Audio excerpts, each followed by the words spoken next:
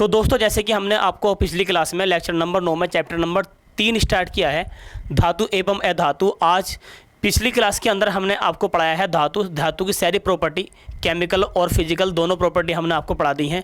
तो जिस बच्चे का धातु लिखा हुआ है सही तरीके से अधातु को रिपीट करेंगे तो जो धातु की जो कंडीशन होती है, अधातु कंडीशन सेम ही लगभग होती है। जो उसकी हेडिंगें होती हैं सेम हेडिंगें किसकी होंगी, अधातु की होती हैं। तो आज के लेक्चर में स्पेशल जो लेक्चर नंबर 10 है, आज लेक्चर नंबर 10 जो है आज की जो क्लास होगी वो किस पर होगी, वो होगी अधातु पर। किस पर क्लास होगी, अधातु पर होगी।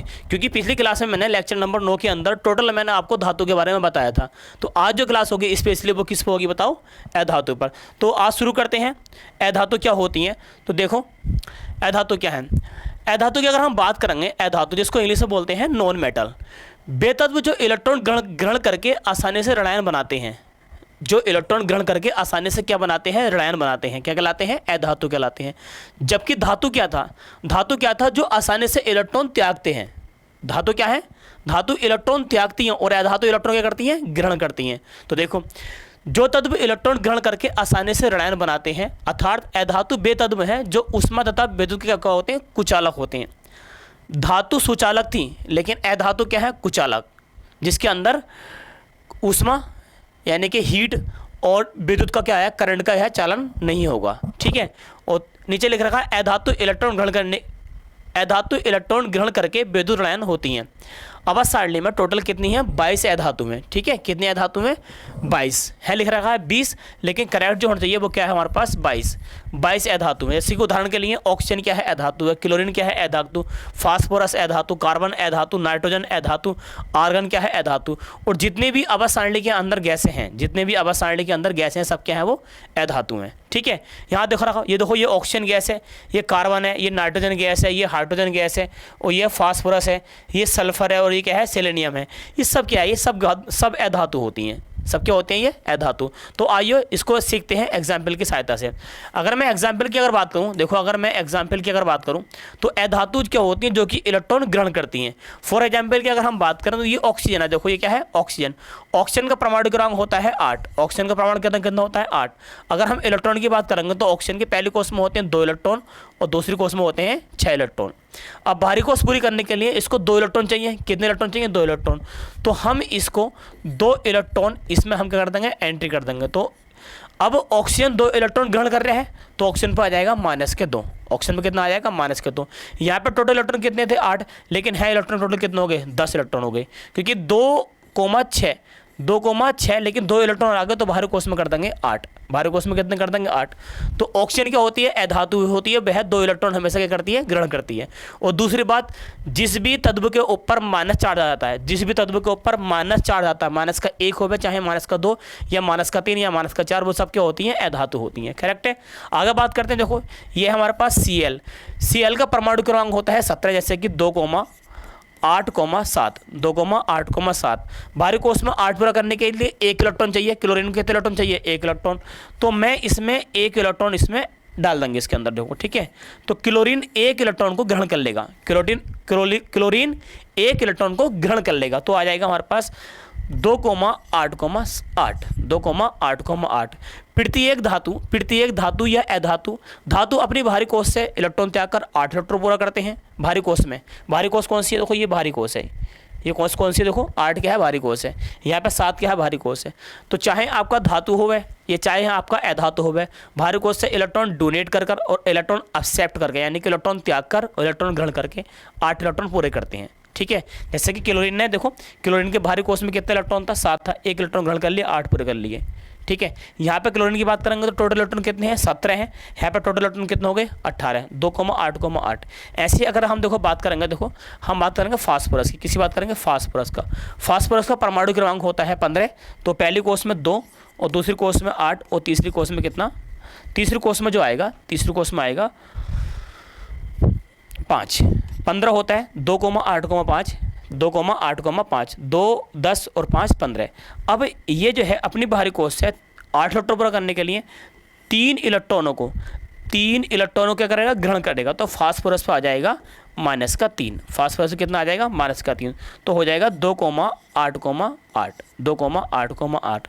तो प्रत्येक अधातु अपनी भारी कोश से इलेक्ट्रॉन ग्रहण करके, प्रत्येक अधातु अपनी भारी कोश से इलेक्ट्रॉन ग्रहण करके भारी कोश में अष्टक पूरा करते हैं। जैसे कि यहाँ भी 8 इलेक्ट्रॉन हो गए, यहाँ भी 8 इलेक्ट्रॉन हो गए, यहाँ भी 8 इलेक्ट्रॉन हो गए, उसके लिए उन पर -8 आ जाता है।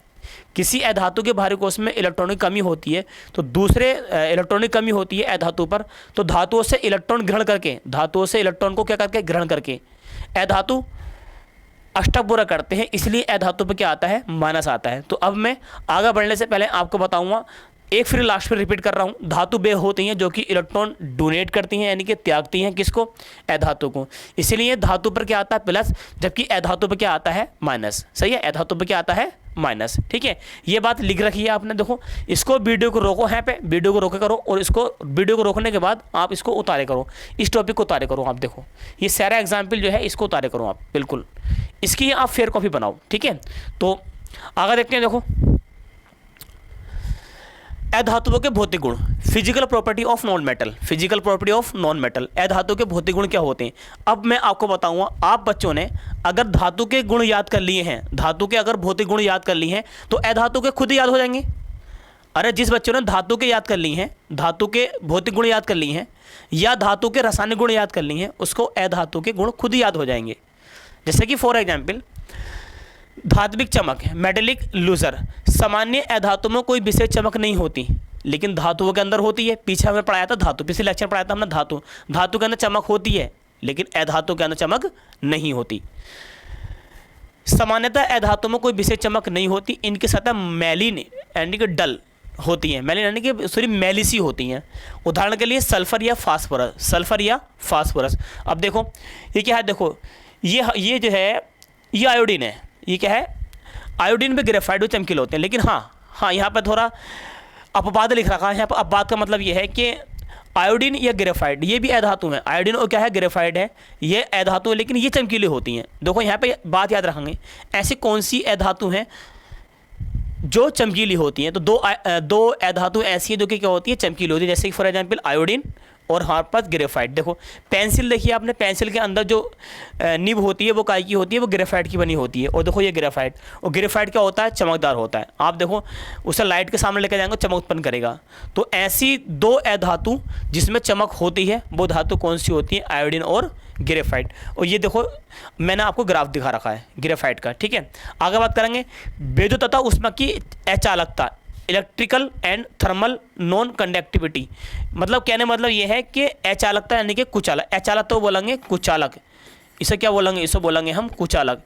धातु वे होती हैं, धातु क्या होती हैं, पीछे मैंने आपको पढ़ाया था, धातु क्या होती हैं जो विद्युत तथा ऊष्मा की क्या होती हैं, चालक होती हैं। लेकिन ये क्या होंगी, अधातु क्या होंगी, अचालक होंगी। देखो पढ़कर देखते हैं, अधातु विद्युत तथा ऊष्मा की कुचालक होती हैं क्योंकि इनमें मुक्त इलेक्ट्रॉन नहीं होते।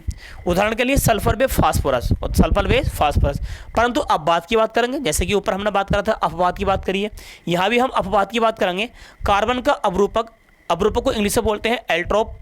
ग्रेफाइट में मुक्त इलेक्ट्रॉन होने के कारण विद्युत का सुचालक होता है। देखो हम कह रहे हैं अधातु के अंदर करंट फ्लो नहीं होता है, अधातु के अंदर करंट फ्लो नहीं होता है, उसमें की कुचालक होती है। लेकिन एक ऐसी अधातु है, एक ऐसी अधातु जैसे कि फॉर एग्जांपल ग्रेफाइट, ग्रेफाइट एक ऐसा अधातु है जिसके अंदर करंट फ्लो होता है। तो आप सभी बच्चों को ये बात ध्यान रखना है, ये जो अपवाद जहाँ जहाँ अपवाद लिख रख रहे हैं इसको याद करना है। बोर्ड में कई फिर क्वेश्चन आया इसमें, कई बार बोर्ड ने रिपीट करा है कि कौन सी अधातु होती है जिसके अंदर करंट फ्लो हो जाता है। तो एग्जाम्पल है, एग्जाम्पल क्या है, देखो एग्जाम्पल है हमारे पास ग्रेफाइट। ठीक है, ग्रेफाइट में करंट फ्लो क्यों हो जाता है, क्योंकि ग्रेफाइट के पास मुक्त इलेक्ट्रॉन होते हैं। ठीक है, और चैप्टर नंबर जो 4 चलेगा आपको, उसमें मैं ग्रेफाइट के बारे में बहुत अच्छा रहेगा आपको बताऊंगा।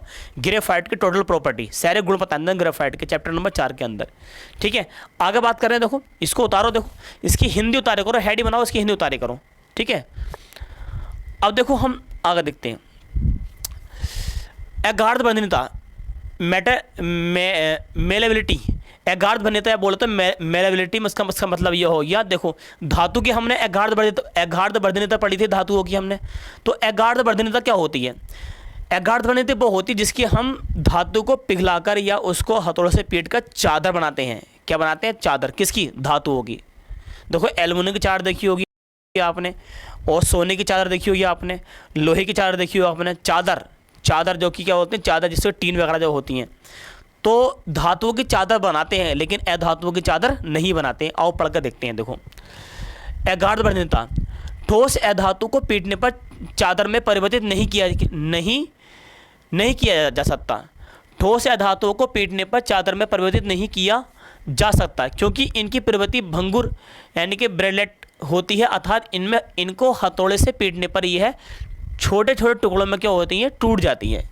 सही है, छोटे छोटे टुकड़ों में क्या होती हैं, टूट जाती हैं। आप सल्फर को तोड़ो, सल्फर ठोस फॉर्म में होता है, जैसे हम हथौड़े से तोड़ेंगे उसको कई भागों में टूट जाएगी। फास्फोरस क्या होता है, ठोस होता है, उसको हथौड़े से पीटो कई भागों में क्या हो जाएगा, टूट जाएगा।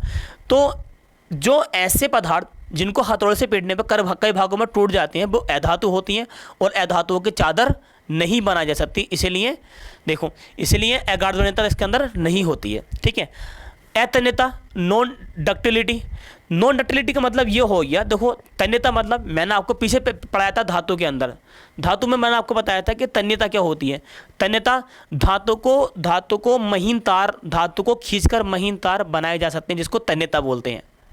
धातु को खींचकर महीन तार बनाए जा सकते हैं जिसको तन्यता बोलते हैं। लेकिन अधातु के बारे में बात करते हैं, किसी बात करते हैं अधातु के बारे में। अधातु को खींचकर तारों में परिवर्तित नहीं किया जा सकता क्योंकि भंगुर प्रकृति के कारण ये खींचने पर टूट जाते हैं। कैसे प्रकृति के होते हैं, भंगुर प्रकृति के होते हैं। सही है, मुलायम प्रकृति के होते हैं, के कारण ये क्या होते हैं, टूट जाते हैं। ठीक है, आगे बढ़कर देखते हैं। हार्डनेस यानी कि कठोरता क्या होगी। अधिकांश ठोस अधातुएं जैसे कि सल्फर व फास्फोरस मृदु होती हैं जबकि कुछ कठोर होती हैं। अपवाद, कार्बन एक अपरूपक है, एल्ट्रोप, हीरा सर्वाधिक कठोर पदार्थ है। देखो, कार्बन का जो अपरूपक होता है, कार्बन के 3 अपरूपक होते हैं, स्पेशल 2 अपरूपक की बात करेंगे हम, हीरा और ग्रेफाइट। तो कार्बन का जो अपरूपक हीरा है, ठीक है, कार्बन क्या है, अधातु है, कार्बन क्या है, अधातु, उसका जो अपरूपक हीरा है या ग्रेफाइट है, तो ये बहुत कठोर होते हैं। तो हम बात करेंगे कुछ धातुएं ऐसे होती हैं जिनके अंदर ज़्यादा कठोरता नहीं पाई जाती है, लेकिन कुछ धातुएं ऐसी होती हैं जिनके अंदर बहुत ज़्यादा कठोरता पाई जाती है। तो अपवाद की बात करेंगे, कार्बन का जो अपरूपक है हीरा, ठीक है, वो कैसा है, वो एक बहुत अत्यधिक कठोर पदार्थ है। तो ऑब्जेक्टिव क्वेश्चन एक साल बोर्ड में आया भी था, बताया था कि कौन सी अधातु सबसे ज़्यादा कठोर होती है, कौन सी अधातु सबसे ज़्यादा कठोर होती है। तो बेटा एग्जाम्पल था हीरा, डायमंड। आगे लग रखा गलनांक क्वथनांक, मेल्टिंग एंड बोल्डिंग पॉइंट। अधातु व गलनांक क्वथनांक कम होते हैं, धातुओं के क्या होते हैं, ज़्यादा होते हैं, लेकिन अधातु के क्या होते हैं, कम होते हैं। अर्थात ये निम्न ताप पर ही वाष्पीकृत हो जाती हैं। अपवाद, कार्बन या बोरॉन तथा सिलिकॉन, SI, मतलब कार्बन या बोरॉन या सिलिकॉन, ये एक ऐसी, सिलिकॉन तो देखो, सिलिकॉन तो उपधातु है, यहाँ पे ये मिस्टेक हो गई है, सिलिकॉन क्या है, उपधातु है। तो कार्बन या बोरॉन, सही है, बोरॉन भी उपधातु के उसमें आता है प्रकृति में। तो कार्बन जो होता है हमारे पास, कार्बन एक ऐसा पदार्थ है जो कि कम ताप पे क्या हो जाता है, उसके कम ताप पे क्या होता है, वो वाष्पीकृत हो जाता है। आगे देखते हैं। ठीक है, आगे देखते हैं। देखो, अब हेडिंग मिली है आपको धातुओं के अधातुओं के रासायनिक गुण, अधातुओं के रासायनिक गुण, chemical property of non metal. ठीक है, अधातुओं के रासायनिक गुण क्या होंगे ये हम आपको सिखाएंगे। आपने धातुओं के सीख लिए हैं पिछली वीडियो के अंदर, इस वीडियो में हम आपको अधातुओं के सिखाएंगे। तो अधातुओं की ऑक्सीजन से अभिक्रिया, reaction with non metal with oxygen के साथ। तो अधातु ऑक्सीजन के साथ क्रिया करके ऑक्साइड का निर्माण करती हैं। इन ऑक्साइडों की प्रकृति अम्लीय उदासीन हो सकती है। उदाहरण के लिए देखो, उदाहरण के लिए कार्बन क्या है, अधातु है, कार्बन क्या है, देखो अधातु।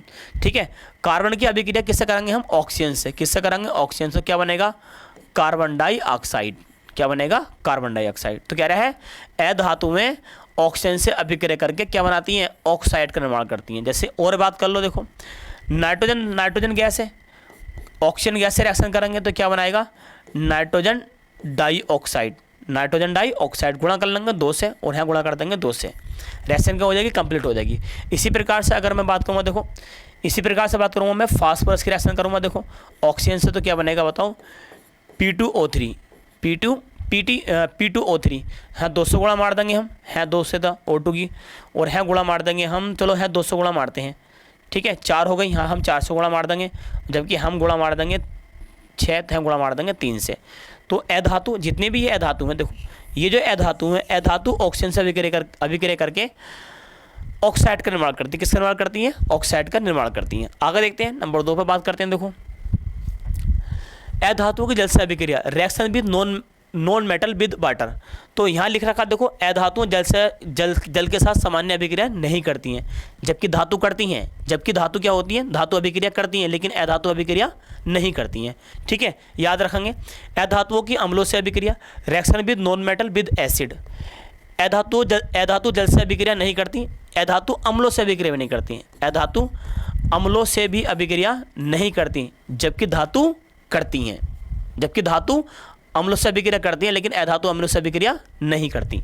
ठीक है, अधातुओं की क्लोरीन से अभिक्रिया, अधातुओं की क्लोरीन से अभिक्रिया, reaction of non metal with chlorine. ठीक है, ये इंपॉर्टेंट है, देखो इंपॉर्टेंट क्वेश्चन है, देखो मिला है एक दो फिर। अधातु क्लोरीन से अभिक्रिया करके क्लोराइड का निर्माण करती हैं, इन क्लोराइडों की प्रकृति सहसंयोजक होती है। देखो अधातु मैंने मान लिया, जैसे कि हमारे पास कार्बन है, कार्बन क्या है, अधातु, किससे रिएक्शन कराएंगे, क्लोरीन के साथ, और क्लोरीन के साथ क्या बनाएगा, CCl4। अभी कह रहे हैं कि इनकी जो प्रकृति होती है वो क्या होती है, सहसंयोजक होती है। सहसंयोजक मतलब होता है कि दोनों परमाणु के बीच आपस में बॉन्ड का लगना, दोनों परमाणु के बीच में आपस में बॉन्ड का लगना। और बॉन्ड 3 प्रकार के होते हैं, एकल बंध, द्विकल बंध और यहाँ पर त्रिकल बंध। ठीक है, तो किसी क्लास के अंदर, इसके नेक्स्ट क्लास के अंदर आपको हम बॉन्ड नहीं सिखाएंगे, बॉन्ड कैसे बनते हैं।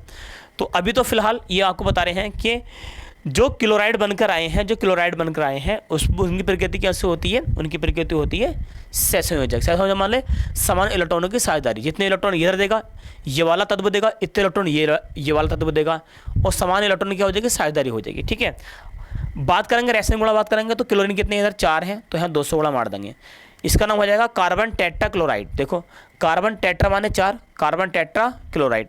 ऐसी अगर हम बात करेंगे अधातु, देखो क्या ले लिया, फास्फोरस ले लिया। देखो रिएक्शन कैसे करा रहा हूँ, Cl2 से, तो बन जाएगा PCl5। क्या बन जाएगा, PCl5।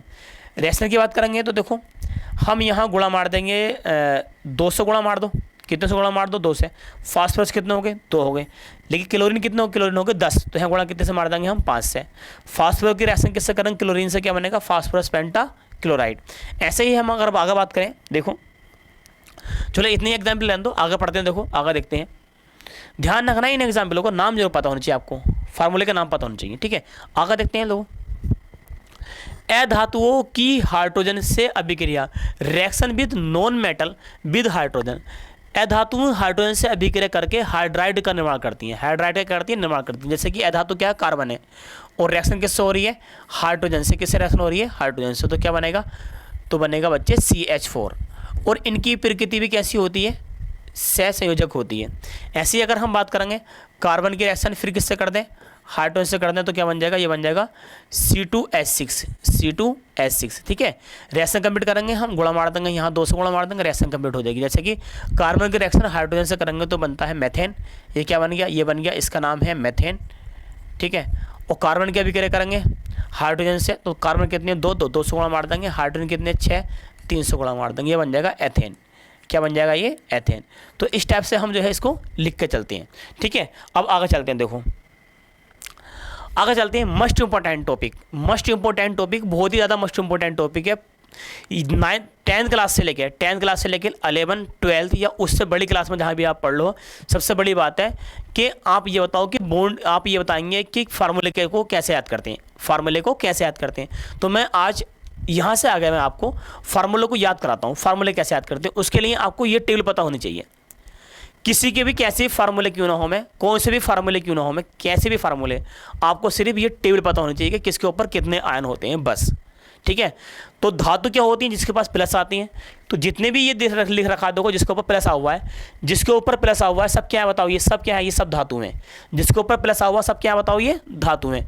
और जिसके पास आता है माइनस, जैसे कि आगे देखो, आगे स्लाइड में, जिसके पास आता है माइनस, जिसके पास क्या आता है देखो, ये माइनस, वो सब क्या होती हैं, वो होती हैं सब अधातु हैं।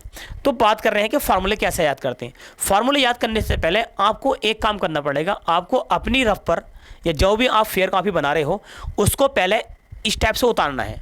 देखो वीडियो को रोको और इस टाइप से उतारो।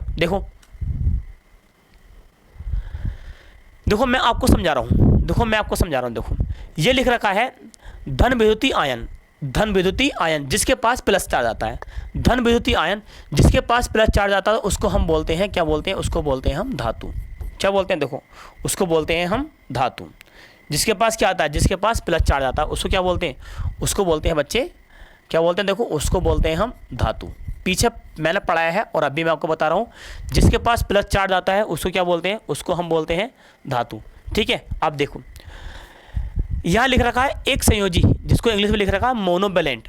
ऐसी धातु जिसके पास जो अपनी भारी कोश से केवल 1 इलेक्ट्रॉन त्यागता है, ऐसी धातु जो अपनी भारी कोश से केवल 1 इलेक्ट्रॉन त्यागता है, जिसकी संयोजकता कितनी होती है, 1 होती है, उसको एक संयोजी, जिसको इंग्लिश में लिख रखा है मोनोवैलेंट कहते हैं। जैसे कि फॉर एग्जाम्पल नाम ये लिख रखे हैं, संकेत ये लिख रखे हैं और संयोजकता ये लिख रखी है। जैसे कि सपोज करो ये क्या लिख रखा है, देखो ये लिख रखा है हाइड्रोजन, क्या लिख रखा है, हाइड्रोजन।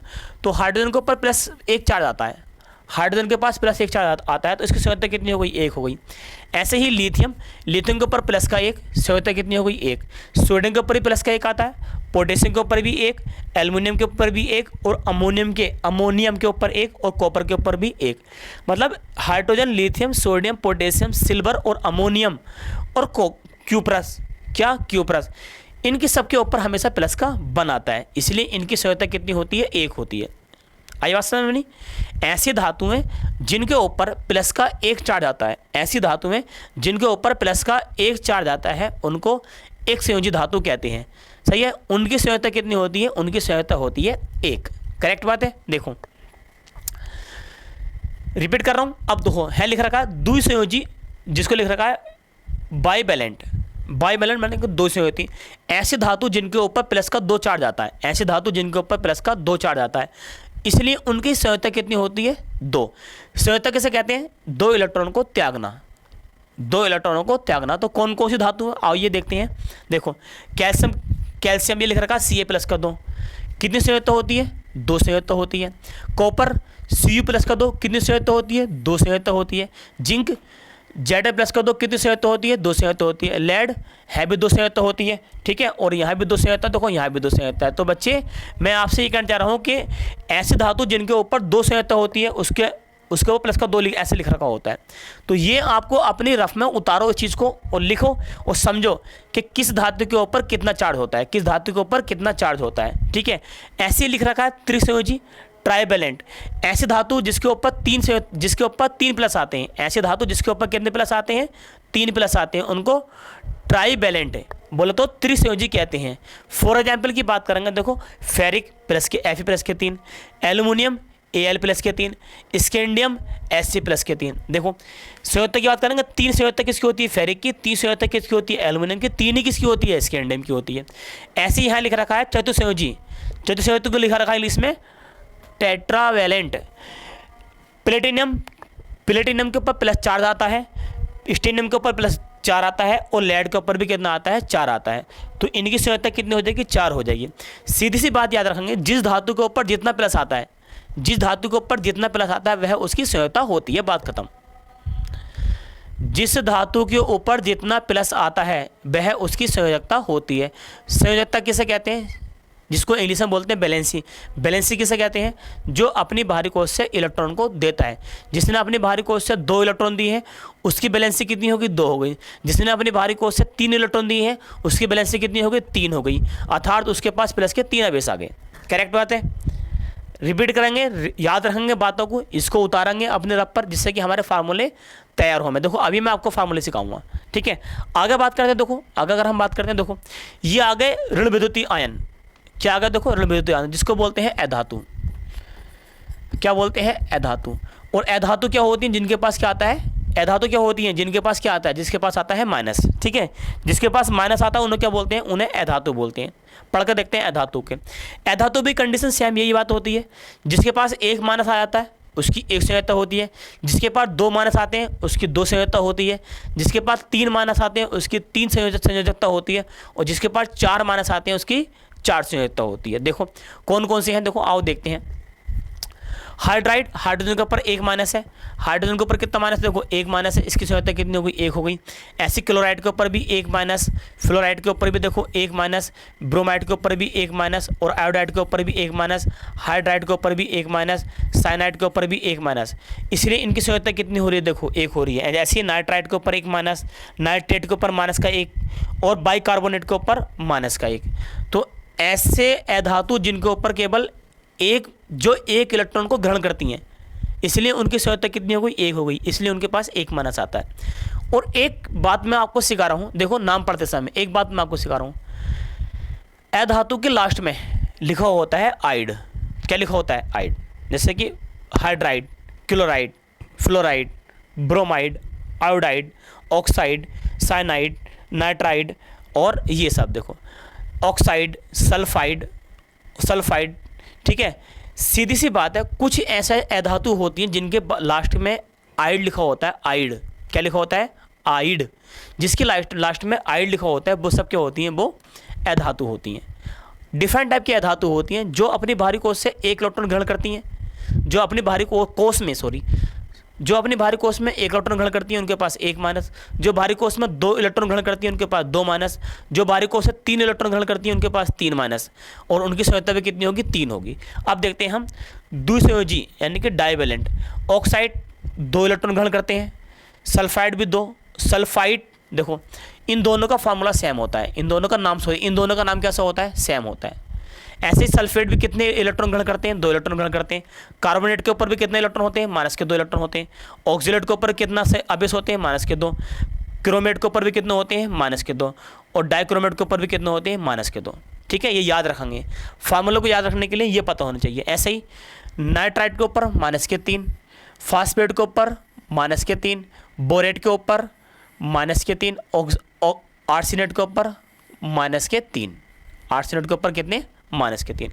ऐसे ही टेट्रावैलेंट की बात करें, कार्बाइड -4 और फेरासाइनाइड -4।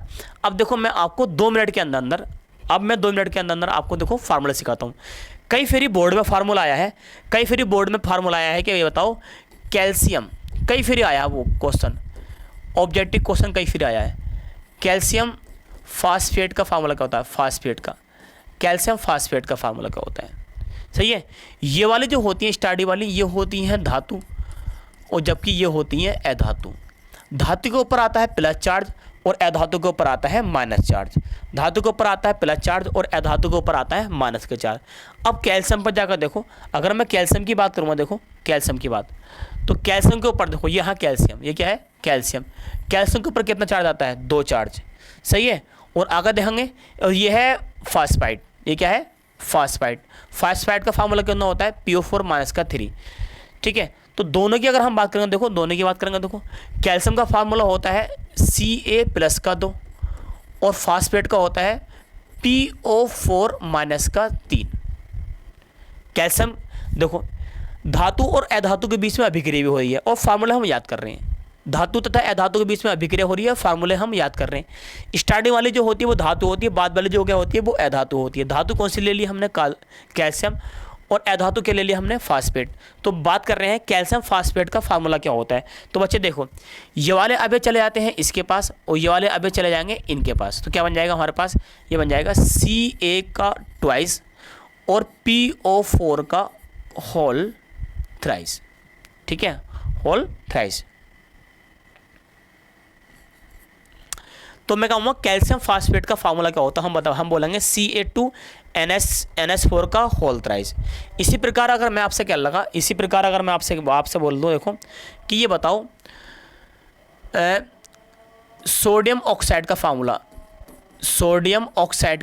क्या होगा? देखो सोडियम ऑक्साइड का फार्मूला, तो सोडियम होती है धातु जिसके ऊपर प्लस का 1 वैलेंसी होती है, ऑक्साइड होती है -2, ऑक्साइड पर होता है -2, ऑक्साइड पे कितना होता है? -2। तो मैं आपसे कहूँगा कि बताओ सोडियम ऑक्साइड का फार्मूला क्या होता है? देखो, तो मैंने भी पढ़ाया है। देखो सोडियम के पास जो होता है, देखो ये सोडियम है, सोडियम के पास जो होता है वो प्लस का 1 होता है, जबकि ऑक्साइड पे क्या होता है? देखो ऑक्साइड पे जो होता है क्या होता है? वो -2।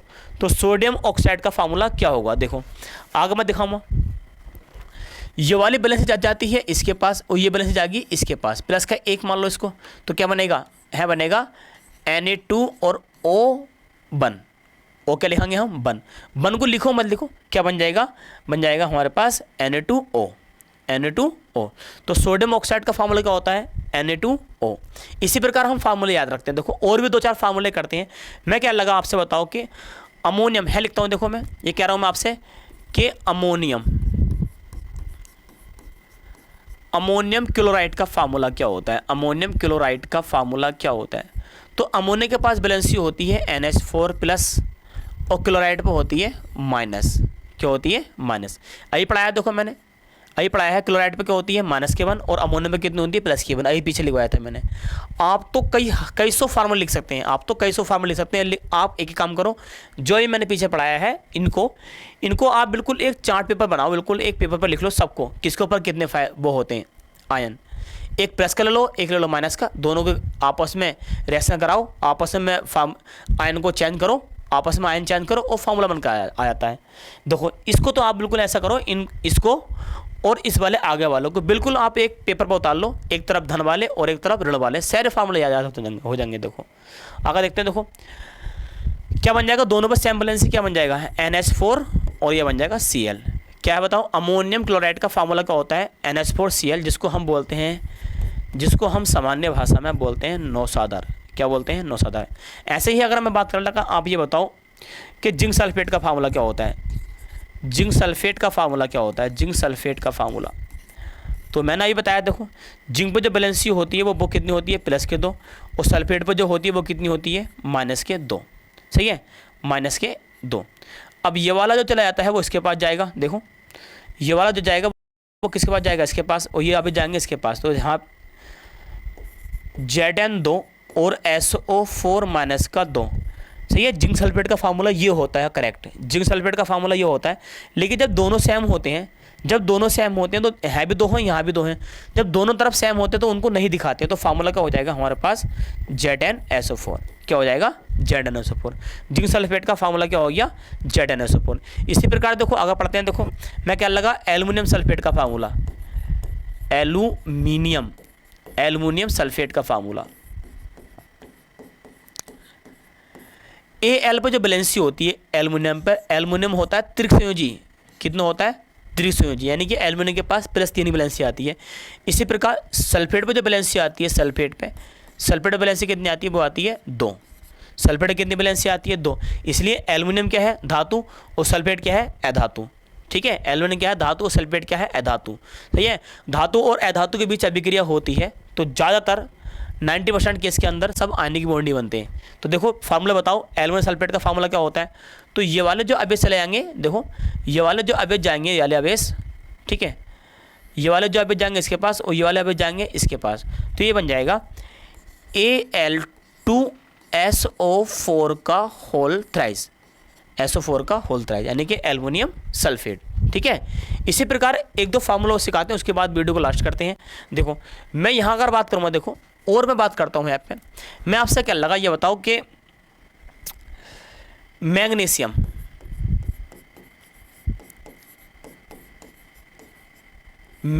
कार्बाइड का फार्मूला, कार्बाइड का फार्मूला, तो मैग्नीशियम बैलेंसी कितनी होती है? वो होती है +2 और कार्बाइड पे बैलेंसी कितनी होती है? -4। तो क्या बनेगा फार्मूला? ये इसके पास आ जाएंगे, ये उसके पास पहुंच जाएंगे, क्या बन जाएगा हमारे पास? Mg4 और C2, Mg4 और C2। इसी प्रकार मैं आपसे बोलने लगा तो बताओ सोडियम क्लोराइड का फार्मूला, जिसको साधारण भाषा में नमक बोलते हैं, जिसको साधारण भाषा में क्या बोलते हैं? नमक। तो सोडियम बैलेंसी कितनी होती है? +1 और क्लोराइड बैलेंसी कितनी होती है? -1। क्या बनेगा बताओ? ये बनेगा NaCl। तो एक या दो फार्मूले आपके बोर्ड में 110% आते हैं, तो आप फार्मूले को बनाने का तरीका